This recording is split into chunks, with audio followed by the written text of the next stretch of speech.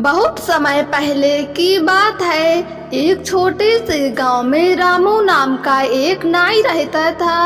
रामू बहुत ही ईमानदार, मेहनती और सरल स्वभाव का व्यक्ति था। वह हर रोज गांव के लोगों के बाल काटता, हजामत बनाता और जो भी मेहनत मिलता उसी में संतोष से अपना जीवन बिताता। रामू की ईमानदारी पूरे गांव में प्रसिद्ध थी। लोग उस पर आंख बंद करके भरोसा करते थे। एक दिन गांव में एक साधु बाबा आए। वह बहुत थके और भूखे थे। रामू ने उन्हें अपने छोटे से घर में रुकने का न्योता दिया। बाबा ने रामू की सेवा, ईमानदारी और नम्रता देखकर बहुत प्रसन्नता व्यक्त की। विदा लेते समय साधु बाबा ने रामू से कहा, तुम बहुत नेक दिल इंसान हो। मैं तुम्हें एक वरदान देना चाहता हूँ। रामू ने हाथ जोड़कर कहा, बाबा मुझे किसी वरदान की जरूरत नहीं।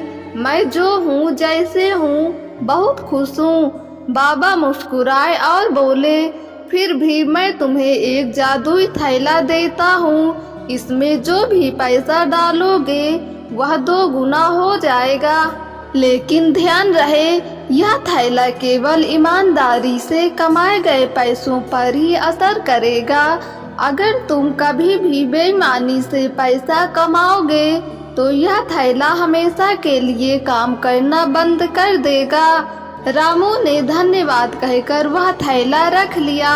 अगले दिन से वह हमेशा की तरह मेहनत से काम करने लगा। हर दिन जो पैसे कमाता उन्हें थैले में डालता और वे 2 गुने हो जाते। अब रामू की हालत सुधरने लगी।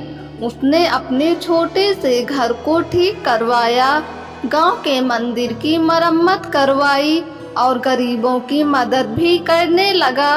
धीरे धीरे गांव में चर्चा फैलने लगी कि रामू अमीर कैसे हो गया।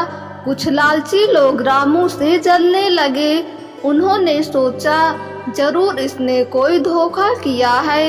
एक दिन गांव के मुखिया ने रामू से पूछा, तू तो पहले गरीब था, अब इतना धन कहाँ से आया?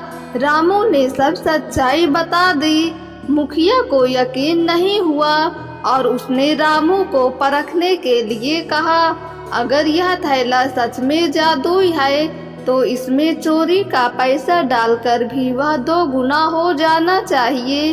रामू ने साफ मना कर दिया, लेकिन मुखिया ने जबरदस्ती एक झूठा सिक्का डाल दिया। उसी पल थैला गर्म हो गया और फिर जलकर राख हो गया।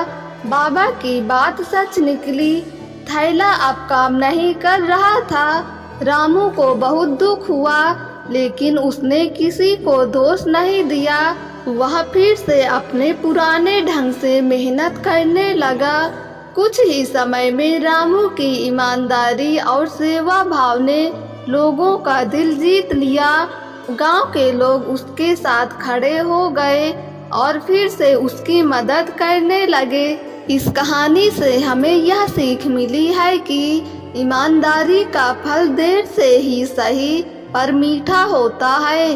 किसी भी हालत में अपनी सच्चाई और मेहनत का मार्ग नहीं छोड़ना चाहिए। बेईमानी का रास्ता भले तात्कालिक लाभ दे, लेकिन अंत में नुकसान ही होता है।